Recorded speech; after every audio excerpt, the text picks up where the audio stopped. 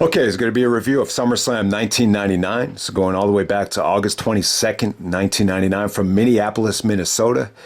So yeah, SummerSlam in cold as Minnesota, as NBA point guard Stephon Marbury used to call it. And they're from they ran the show at the Target Center, 17,370 in attendance. The pay-per-view buy rate was 600,000, which is a phenomenal buy rate. I think 600,000 is great.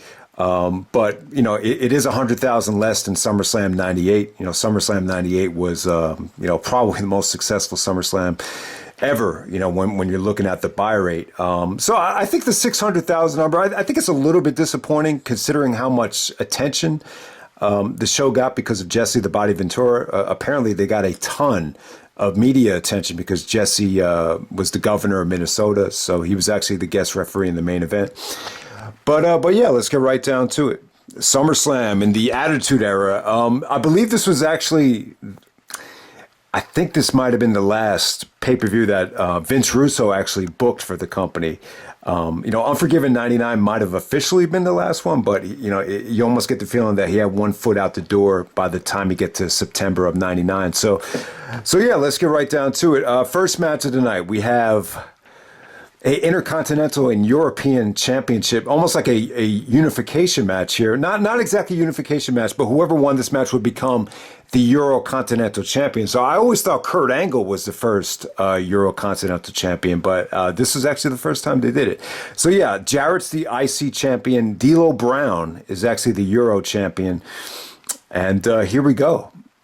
Deborah actually comes out to a monstrous ovation. There's tons of "We Want Puppy" chants. Jarrett actually sends Deborah back, so they're really teasing the split between Deborah and Jeff.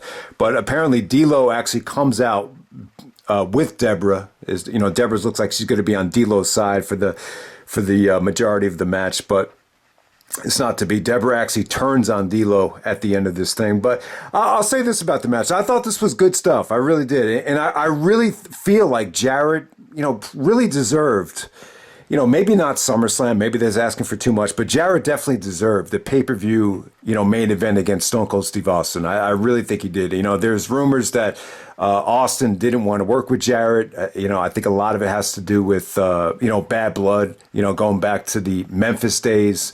Obviously, when Jarrett came back to the company, he says something about the Austin 316, which, you know, got Austin a little bit, you know, paranoid.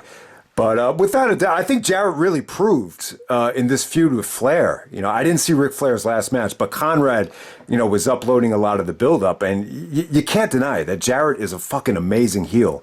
You know, the fact that he could get that amount of heat at his age, you know, he's still a valuable heel. So just to think back then, he would have been perfect for Austin, because it really felt like in 98, 99, it felt like Austin was just working with the same guys, you know, Undertaker, Kane, Foley. It would have been nice to see, you know, Austin mix it up with guys like Jarrett and even like a Billy Gunn, you know, just to do something different. But was definitely not to be. Jarrett was pretty much an IC title guy, and you know, he was going to make his way back to WCW within the coming months, as Jim Ross actually gave him, you know, kind of a lowball offer around this time when his contract was about to come up in October. So, yeah, I like the match between Jarrett and D'Lo. I thought D'Lo looked in his prime here. You know, didn't get too much time, but it was fast paced. Lots of nice power bombs. Lots of really good athletic moves from Jarrett. I really thought this was good. I remember back during the Bite This days, I remember someone called up and said, you know, I missed the days of the Intercontinental Championship where you had guys like Jarrett and D'Lo brought so much credibility to the championship. So, yeah, I mean, I heard Bruce Pritchard just saying that he thought this made the belt seem unimportant. But, you know, there were people that really thought this was like the heyday of the IC Championship. And, you know, you got a credible guy like Jarrett out there. So I would definitely agree. I thought this was good stuff. You had a nice swerve at the end with Mark Henry actually turning on D'Lo. Deborah was extremely over, you know, probably almost more over than anybody on this show. And you got to keep in mind, this is the days before, you know, it was so easy to watch, you know, these adult entertainers on the internet. So it was tough to see, you know, women that look like Deborah, you know, at your disposal. So, you know, people like Deborah and Sable were just treated like gods or sex gods back then, like Jericho would say. So, yeah, thumbs up to Jarrett and D'Lo Brown. I thought this is really good stuff. So Jarrett actually becomes the first ever Eurocontinental champion. And yeah, so you always thought that was Kurt Angle that was the first one, but no, it was actually Jeff Jarrett. Okay, next up we had the Tag Team Turmoil match to determine the number one contenders for the tag team titles. Yeah, I wasn't a big fan of doing the Tag Team Turmoil at SummerSlam. I just think this is the wrong place, wrong time to do it. But I think at that time, you know, all these tag teams are still trying to prove themselves. You know, I would have much preferred just to do Hardys versus Edge and Christian. I think a lot of people would have agreed with that. But it seemed like at this particular time, like a lot of the tag teams were still trying to, you know, make a name for themselves. But yeah, the highlight of this match is Edge and Christian and the Hardys. They kicked off this thing with a bang. You know, all the big spots that you would expect from them. All of like the big, you know, non-ladder match spots that you would expect from them, they did it here. You know, the Edge spear to Jeff Hardy off the ramp, they pulled that off. You know, Edge and Christian were extremely over. I mean, they really were. Christian did some really, really nice high spots that you're not that accustomed to seeing him doing anymore. Matt Hardy did a beautiful moonsault. They had the crowd rocking for the majority of this match. And the Edge and Christian go over, and they continuously just beat bigger and stronger teams. I think they beat actually Viscera's team. They beat Prince Albert's team. And then, you know, later on, the later you get into this match, it just lost a lot of heat. Once Edge and Christian got eliminated, the match just kind of went to shit. APA came out of nowhere and just pretty much dominated the match. They ended this thing by beating the Hollies. So Hardcore Holly actually teamed up with Crash. And this was Crash's pay-per-view debut. Apparently, Crash had just joined the company the same night Jericho came in. So, yeah, the Hollies, this is probably one of the first times they had ever teamed up together. So APA goes over in a dominant fashion. Lots of powerful spine busters and clotheslines from Farouk and Bradshaw. So, but yeah, like I was saying, guys, like I'm not a big fan of the Tag Team Turmoil. It did have its moments with Edge and Christian and the Hardys, but you know, as the match went on, it just they just lost the crowd, and you know, I just think the Tag Team Turmoil is something that you want to do on a pay-per-view that's not a SummerSlam. You know, a pay-per-view like Judgment Day 2001 would be a perfect pay-per-view to do a Tag Team Turmoil. Especially when you're going to push, you know, the two guys that are going to win it the next night on Raw. So that made a lot of sense. But this one, wasn't a big fan of it. But I get why they did it, though. All right, next up we have Al Snow taking on the Big Boss Man for the Hardcore Championship. Yeah, you know, once this thing started, I was like, oh, my God. You really don't feel like sitting through this. Another Al Snow hardcore match that goes all over the arena. But I'll tell you what, they actually brawled out into the streets of Minnesota. They ended up kind of invading like a outdoor cafe, and then they went into a bar. And then eventually Al Snow actually pinned Big Boss Man with the help of the Road Dogg. He actually takes these two pool balls and takes the two pool balls and just jams it right up against Big Boss Man's balls. And Al Snow wins the hardcore match with the assist from the Road Dogg, Jesse James.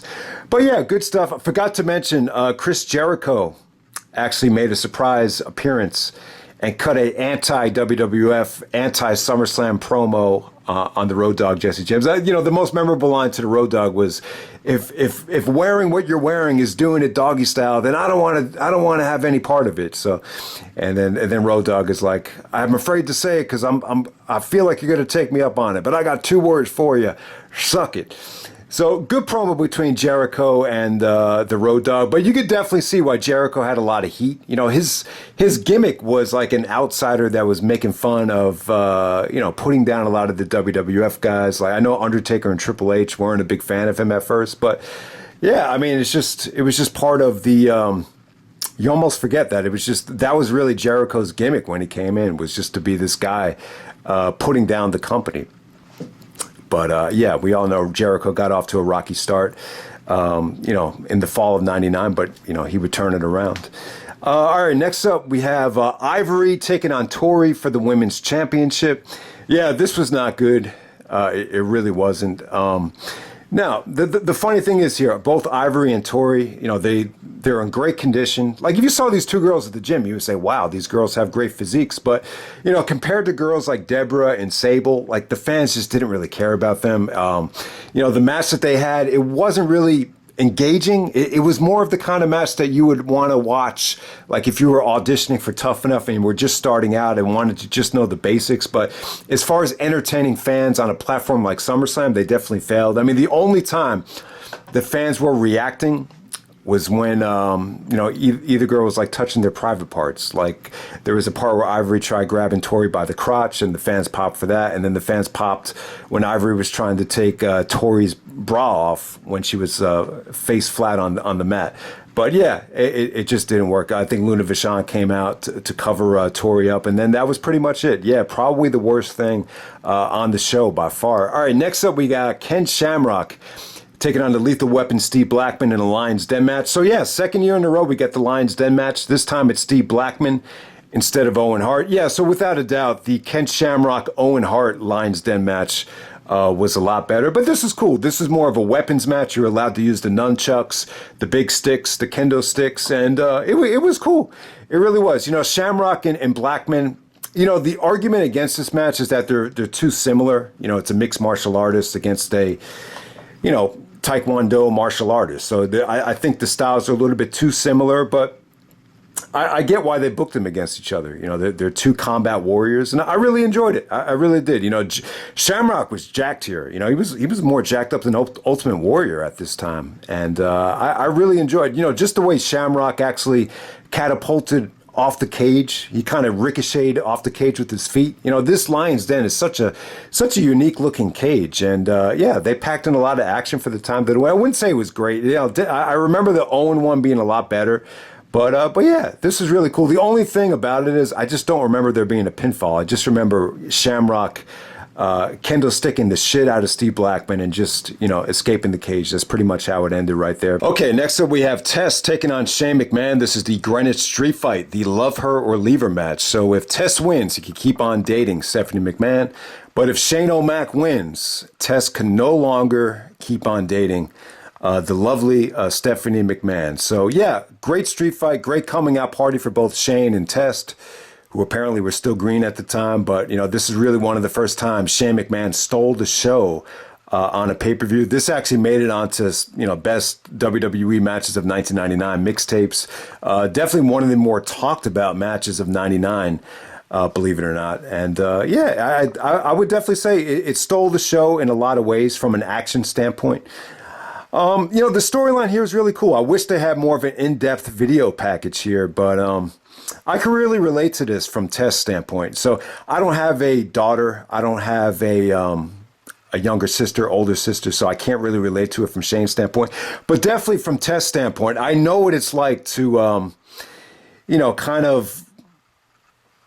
thinking about dating a girl, but being a little bit hesitancy because of, worrying about what the brother would think, having to deal with the brother. And I had at one point I did have an opportunity to date this girl, but I actually told her, I said, I could kind of see a lot of guys not wanting to date you because, your brother's a little bit of a pain in the ass. Her brother kind of reminded me of Charlie Haas. Like he had like that seriousness about him, that if anyone knows Charlie Haas, the wrestler, he has like that. You could just tell he'd be kind of a prick to deal with, on a daily basis. And I remember one time the girl started like rubbing up against me at the park one time, and I just told her, I said, "Listen, your brother's right there. He's gonna get mad at me if you keep on doing that." And but looking back on it in retrospect, I should have just did what was natural. I mean, I thought the girl was actually really hot too. So I think it was one of those situations where, you can't worry about what family is going to think. Do what Triple H did. Triple H ended up dating and marrying Stephanie, and for all the criticism that he took, he did what he wanted to do. So credit to Triple H. But hey, you just live and you learn, right? So really thought it was a cool storyline here. Shane left it all in the ring here. You had interference from the Mean Street Posse. There's a lot of referee bumps. The Mean Street Posse stuff actually made it a little bit convoluted, a little bit more of a train wreck. But, what was cool about it was there was this really nice picture of Shane and the Mean Street Posse, framed, and Test just took it and just slammed it up against Shane's face. So Shane was really friends with these dudes. I guess they were actually like neighbors together. So that was pretty cool. But yeah, obviously, you've seen Shane do the bump time and time again, but this had to be like, the first time where Shane actually did the elbow drop through the table, and it just got a holy shit chant. And we've seen Shane do it time and time again. Here, it didn't look like Shane even had to jump that far. The table was like right by the turnbuckle, but still, for the first time Shane ever did it, Shane proved that he could be a money player on pay-per-view with this match right here. So, yeah, it was good stuff. And then Gerald Briscoe and Pat Patterson actually came down to neutralize the Mean Street Posse. And Jim Ross marked out like crazy, like Patterson and Briscoe, Patterson and Briscoe. Then Test actually hits the pump handle slam. And then he hits an elbow drop of his own off of the top rope. And Test would go on to keep dating Stephanie. They hug at the end of the match. And, they would go on to get married. And thank God, because I really feel like that really set the tone for Triple H's career, to interrupt that wedding. That might have been my favorite Triple H moment ever in a non-match when Triple H interrupted their wedding. So thank God they kept on dating, and obviously that led to the wedding in late November. But yeah, good stuff to Test and Shane McMahon. I really connected with the storyline.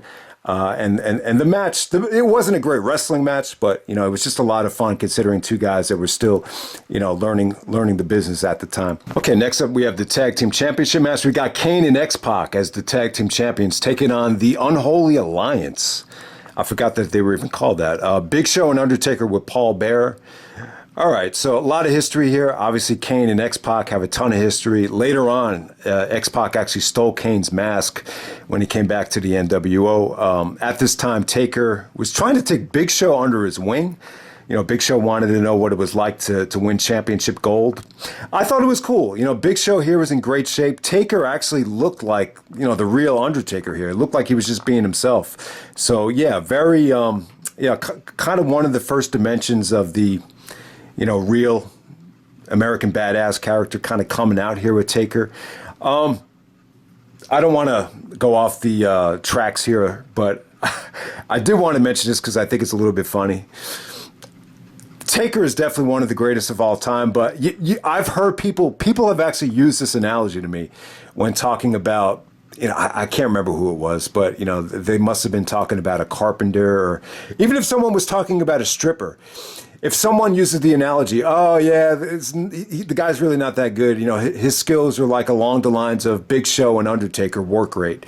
It's kind of like a negative. It's like, yeah, Taker's one of the greatest of all time. But if you use the analogy with someone like Big Show or someone like Giant Gonzalez, it's almost like a negative. So I thought that was really interesting. But it kind of proves the point that if people use that analogy, that Taker really needs to be in there with someone that can go. And yeah, with this match right here, I'll tell you, man, when X-Pac was in the ring with Undertaker, it was awesome, man. I thought X-Pac was great here. The chemistry that Pac, Sean Waltman, and Undertaker had here was really, really engaging stuff. Crowd was going crazy for that.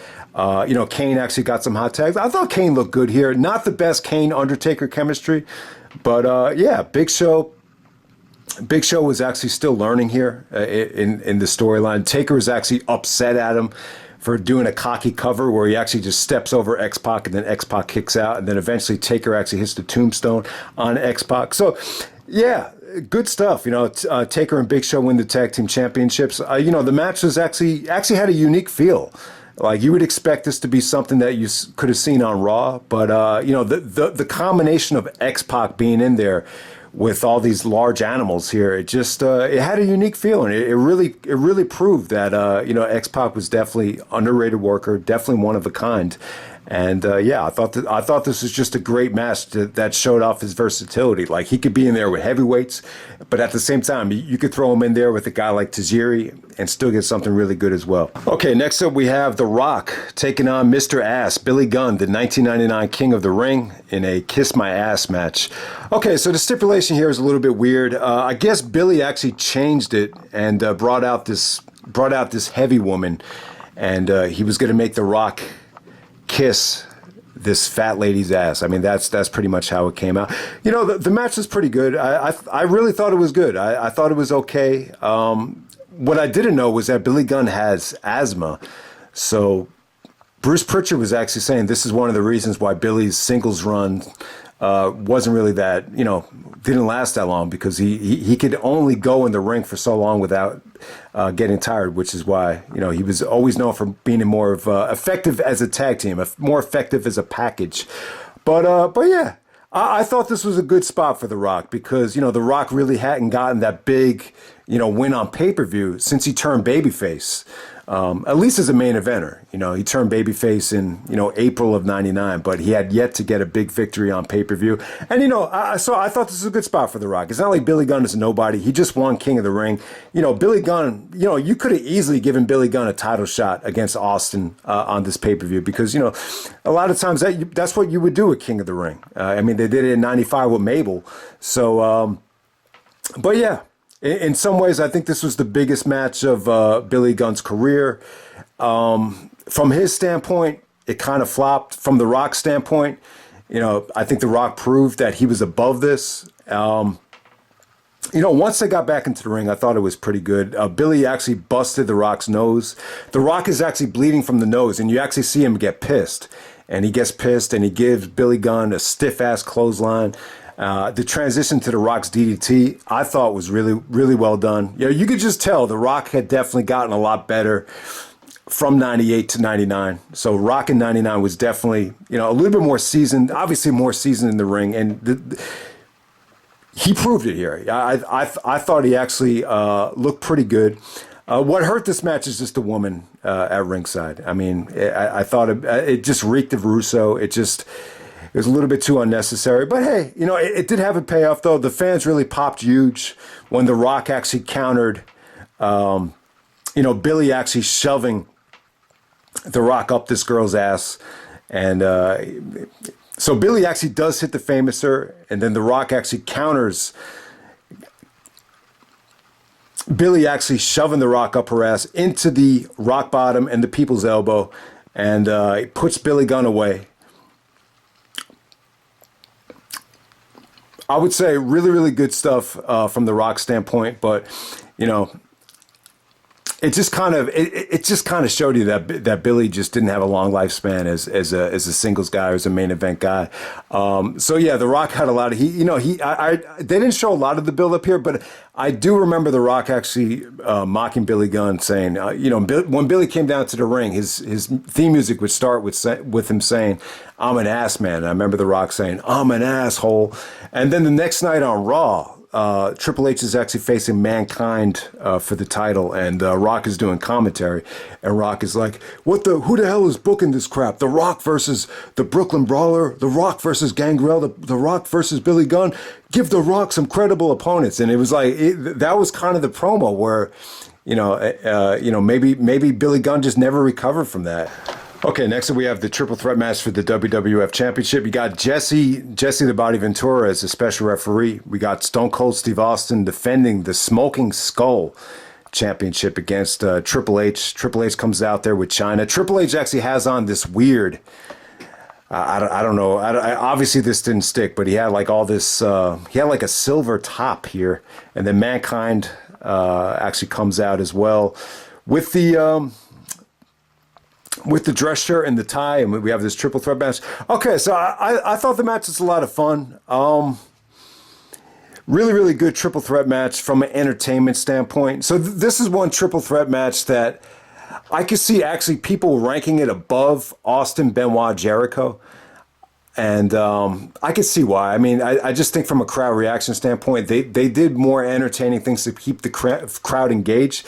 But yeah, like when you compare this though to the King of the Ring 2001 triple threat, I think the King of the Ring 2001 blows it away from a wrestling standpoint. The wrestling in that match is just light years ahead of what they did here. But for some reason, I feel like this gets a lot more love and a lot more respect. I think Meltzer only gave it 2 3/4, but I've seen other people rate it a lot higher, almost into the 4-star level. So yeah, really interesting situation here. The build up here sucked. I mean, just from the video package, it seemed very convoluted. I think I talked about this in the 99 rewind because it definitely brings back memories here. So China actually wins 2 number 1 contenders matches, and somehow, some way, it ends up being Triple H and Mankind. in a almost like a stalemate to be the number one contender at SummerSlam. I believe Shawn Michaels and Shane actually pinned both of them to the mat, and it ended up being Mankind and Triple H equally get the number one contendership. Yeah, and when Austin actually argued that he should turn heel because he felt like he was stale, I'm going to say right here, this is a main event, and this is a show where you can see that Austin was a little bit stale. I mean, he wasn't allowed to say anything in the storyline here. He was just, this is all he was doing. He was just on commentary, just trying to see who the number one contender was. There's really no animosity. There's really no build-up here. I believe Triple H actually did attack him in the build-up to this feud. And Shawn Michaels actually punished Triple H for doing that. But aside from that, there really wasn't anything. Even this segment on the show with Jesse and Austin, it's like Jesse's just like barking at him, and Austin just walks away from him. He's like not allowed to say anything. So I really, and the pop too, like Austin's pop on this show, it actually was a lot better than I remembered it. But I'm going to assume this is one of those pay-per-views where they tried to hype it up on Sunday Night Heat. So I'm going to assume that Austin might have came out on Sunday Night Heat. So this might have been the second time he came out. Maybe that would explain why the pop for Austin wasn't, at the level you would expect it to be. But, other than, Austin just hitting the stunner and some of his signature moves, I can't say like Austin was like even the most over guy in this match. I'm going to say it was Jesse Ventura. I mean, a lot of it just had to do with the Minnesota. He was the governor of Minnesota. He actually cut a promo before the match kind of, shitting on the media and the press for bad-mouthing him for participating in the match. So that really got the fans on his side. But the match was still a lot of fun, though. I thought this was good stuff. Triple H, even in the build-up to this match, I would say Triple H's mic skills in the summer of '99 were evil, vicious. Just the way he called, just the way he turned on Chyna. When Chyna was the number one contender, he straight up turned on her right away. He's like, "You ungrateful bitch, after everything I did for you." And then somehow, some way, Triple H actually found his way into the main event and, cleared things out with Chyna. But still, man, I still thought Triple H was hungry here. Apparently, all three guys had injuries. Like, Austin was battling knee and neck injuries here. Mankind was just coming back from knee surgery. And then apparently Triple H was actually dealing with, like, minor injuries of his own. And you could definitely tell, like, something seemed to be lacking here in terms of the fluidity of the match. Really, a lot of the story of the match really revolved around Triple H and Jesse just not getting along. Triple H trying to use a chair, Jesse taking it away from him, Jesse actually not making the count, which actually got a mixed reaction. But yeah, lots of tension between Jesse and Triple H. Shane actually comes out to, start barking at Jesse for not doing a good job. And the probably the biggest pop of the match is when Austin hits Shane with the stunner. But yeah, considering that, Foley is in the main event of SummerSlam, he really didn't, overdo it with the bumps here. Like, he didn't really take, any questionable bumps. I mean, the craziest bump that Foley took here was the cannonball onto the outside where he actually misses Triple H. But other than that, Foley was pretty well behaved, like in terms of, not doing anything crazy. So Foley must have really been thinking about retirement here.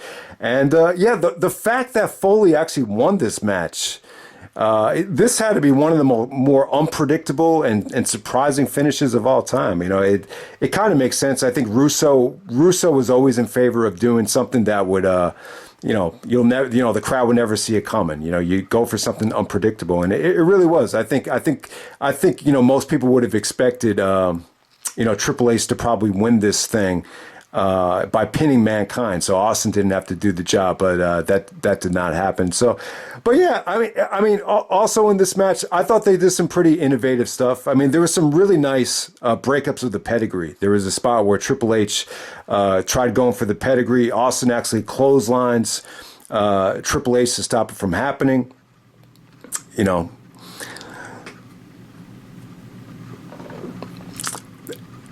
Probably the most memorable thing of the match is when Austin actually gets tangled up in the ropes and Triple H actually has to assist Austin and untangle him so he wouldn't keep on embarrassing himself. So yeah, so the match definitely had a little bit of flaws in it. It definitely felt like Foley looked a little bit more comedic compared to Austin and Triple H with his attire. I thought this would have been a lot better if Mankind was actually playing the Cactus Jack role. it would have been like three badasses in the ring at the same time. So that's another thing to think about. So the ending actually comes. All right, so let me think about the ending here. So I believe Triple H actually hits the pedigree on Austin. Foley actually breaks it up, and he throws Triple H out of the ring, and then he does the double arm DDT to pin Austin. And Foley actually celebrates with the Smoking Skull Championship. So it's the third time that Foley actually won the championship. And so it's a hell of a moment for him. There's two ways of looking at it. There's guys like Dolph Ziggler that have won the belt twice. So, I don't think anyone really remembers Dolph's reigns that well. But I think anytime you win the championship for a third time, that pretty much, cements you as a Hall of Famer, a top tier guy, multiple time WWE champion 3 times. That's really proof that, the company, is treating you like a legend. So in some ways, it was an unbelievable year that Mick was able to win the belt 3 times in 1999. The dark side of it is, this is like the epitome of a transitional champion, that he was, he had to drop the belt to Triple H the next night on Raw. You definitely understand it, though. I think, there was a lot going on at the time. Their transitional time with Russo, the Russo situation, about how he wanted more money because SmackDown was on the horizon. They did a lot of stuff to get ratings on SmackDown with Vince McMahon actually winning the championship. So there's just a lot going on at the time. But from WWE standpoint, I think it was a smart thing to do with a triple threat match because, you got Jesse that's going to generate all this outside interest. SummerSlam is going to sell itself. So if you do a triple threat here, you could still kind of present Austin versus Triple H for the title the first time ever, with Triple H being a legit main eventer in the main event of No Mercy. That'll even give you a bigger buy rate down the road. You could use one of the non-Big 5 pay-per-views to really, make it feel important. So from a financial standpoint, from a pay-per-view, advertisement standpoint, it does make a lot of sense. But, but if you want to argue that, the main event of SummerSlam, it should have been a well-defined main event of Stone Cold versus Triple H, with Triple H having all the momentum as, now he's the game. He cut that promo with Jim Ross. This would have been the perfect time to do it. I can see both sides of it, but I understand why they went with the triple threat. It did make a lot of sense. Foley had just came back from knee surgery, so I think they wanted his return to pay-per-view to be, something quite special. So, yeah, this is a really fun show. I think for 1999, from an entertainment standpoint, it's really fun. From a wrestling standpoint, though, obviously there's a lot to be desired. But yeah, in terms of a lot of the shows from '99, I would definitely say this is one of the better pay-per-views in 1999. I thought it was pretty entertaining. There are a few duds on the show. Really the only bad match on the show is the women's match. I think everything else you could definitely argue had its moments for being entertaining. So that's pretty much it, guys. That's SummerSlam 1999, and I'm out. All right.